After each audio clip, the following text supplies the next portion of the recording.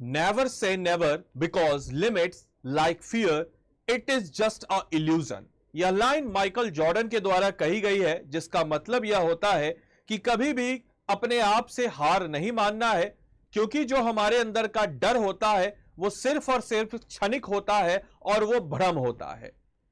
और ऐसा लाइन सिर्फ और सिर्फ एक स्पोर्ट्स पर्सन ही कह सकता है, स्पोर्ट्स माइंडसेट का इंसान ही कह सकता है। यह मेरे कहने का तात्पर्य यह नहीं है कि स्पोर्ट पर्सन होना अनिवार्य है, इसका मतलब यह है कि स्पोर्ट्स पर्सन माइंडसेट होना अनिवार्य है। यानी कि हमेशा हमें जीत की तरफ बढ़ते हुए चलना है। और उसी क्रम में हमारे बिहार ने भी प्रगति कर ली है, क्योंकि हमारे बिहार में भी स्पोर्ट्स भले ही आपको लगे, या अमूमन हमारे समाज में स्पोर्ट्स को किसी अच्छे नजर से नहीं देखा जाता है। और एक बहुत ही फेमस कहावत बचपन में आपने कभी ना कभी जरूर सुनी होगी, पढ़ोगे लिखोगे बनोगे नवाब, खेलोगे कूदोगे होगे खराब। ये जरूर आपने इस मुहावरे को, बिहार से में अगर आप जन्मे हैं, बिहार में पढ़े लिखे हैं, तो जरूर आपने सुना होगा। लेकिन मेरे भाई, अब दौर बदल रहा है, दौर तब भी बदल रहा था, अब भी बदल रहा है। अब स्पोर्ट्स जो है वो भी हमारे कुरिकुलम का हिस्सा हो रहा है, और उसी तरफ हमारा बिहार भी बढ़ रहा है। तो बिहार के लिए गौरवान्वित क्षण है, गौरवान्वित पल है। बिहार का यह शहर करने वाला है एशिया कप हॉकी की मेजबानी।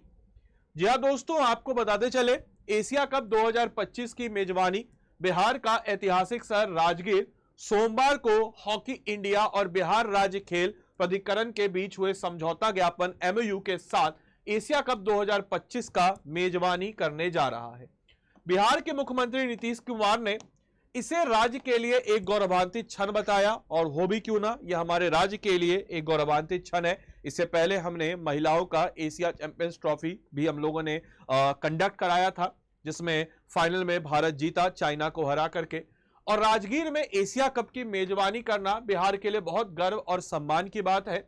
यह आयोजन सिर्फ एक खेल तमाशा नहीं, यह राज्यों में खेलों को बढ़ावा देने और विश्व स्तरीय बुनियादी ढांचा को बढ़ावा देने के लिए हमारा समर्पण दर्शाता है।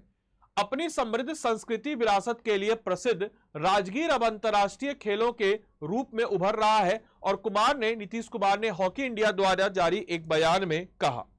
साथ ही साथ टूर्नामेंट का बिहार में आना वैश्विक खेल मंच है, और टूर्नामेंट का बिहार में आना वैश्विक खेल मंच पर राज्य की बढ़ती प्रमुखता को रेखांकित करता है। हम सभी भाग लेने वाले देशों को गर्मजोशी से स्वागत करते हैं, ऐसा कहा गया। और दुनिया भर में प्रशंसकों को बिहार के दिल में शीर्ष स्तरीय हॉकी देखने के लिए आमंत्रित करते हैं।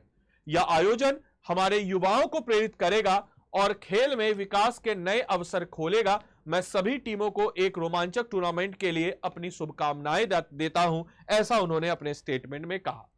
साथ ही साथ इस टूर्नामेंट के बारे में आपको बताते चले, 29 अगस्त से 7 सितंबर तक चलने वाला यह टूर्नामेंट नव विकसित राजगीर हॉकी स्टेडियम में आयोजित किया जाएगा, जो भारत के खेल बुनियादी ढांचों में एक महत्वपूर्ण मील का पत्थर साबित होगा।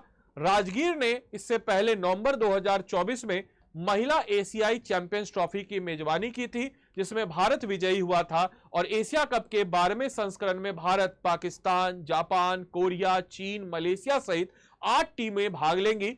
शीर्ष 2 स्थानों पर फैसला क्वालिफाइंग टूर्नामेंट और हॉकी एचएफ कप के माध्यम से किया जाएगा। इसके अलावा किस टीम ने कितनी बार जीता है हॉकी एशिया कप, आपको बताते चले। दक्षिण कोरिया ने सबसे ज्यादा 1994, 99, 2009, 2013 और 2012 में जीता है। भारत ने 2003, 2007 और 2017 में जीता है। इसके बाद पाकिस्तान 1982, 1985 और 1989 में पाकिस्तान ने इस टूर्नामेंट को जीता है। इसके अलावा आपको बताते चले बिहार के लिए क्यों है अहम यह टूर्नामेंट।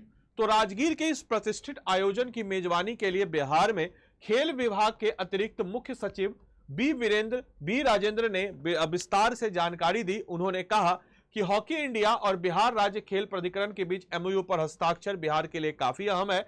इससे बिहार की स्पोर्ट्स हब बनने की ओर आगे बढ़ेगा, और इसलिए यह बिहार के लिए अति रिलेवेंट है। आपके लिए एक प्रीवियस ईयर क्वेश्चन है, बिहार में खेल विश्वविद्यालय कहां बनाया गया है, और इस खेल विश्वविद्यालय के प्रथम वाइस चांसलर किसको बनाया गया है, यह भी आप कमेंट बॉक्स में लिख के बताएं।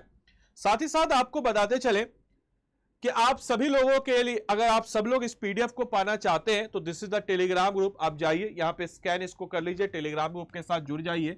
इसके अलावा आप सब लोग बीपीएससी कंटेंट, याद रखिएगा बीपीएससी कंटेंट वाले भी सर्च करके आप इस टेलीग्राम ग्रुप के साथ जुड़ सकते हैं और क्लास की पीडीएफ यहीं पे आपको मिल जाएगी। अपार्ट फ्रॉम दैट, अगर हम लोग बात करते हैं, आप हमारे पेड कोर्स के साथ जुड़कर अपनी तैयारी को और मजबूती प्रदान करना चाहें तो स्टडी आईक्यू के ऐप के थ्रू या फिर आप स्टडी आईक्यू के वेबसाइट के थ्रू भी जा सकते हैं। स्टडी आईक्यू को गूगल पे सर्च कीजिए, सर्च करने पे इसका वेबसाइट ओपन अप होगा। वेबसाइट ओपन अप होने के बाद आप नीचे बढ़ेंगे, यहां पे आपको स्टेट पीसीएस लाइव कॉलम पे आना होगा। यहां पे आप देख सकते हैं स्टेट पीसीएस लाइव कॉलम में हमारा फाउंडेशन बैच जो कि प्रीलिम्स मेंस इंटरव्यू तीनों को इंटीग्रेटेड है। इस कोर्स की खास बात आपको बताते चले, live classes, one on one mentorship मिल जाएगा। लाइव क्लास अगर आप मिस करते हैं तो आपको रिकॉर्डेड क्लास में मिल जाएगी, अनलिमिटेड नंबर ऑफ टाइम्स आप इस क्लास को देख सकते हैं।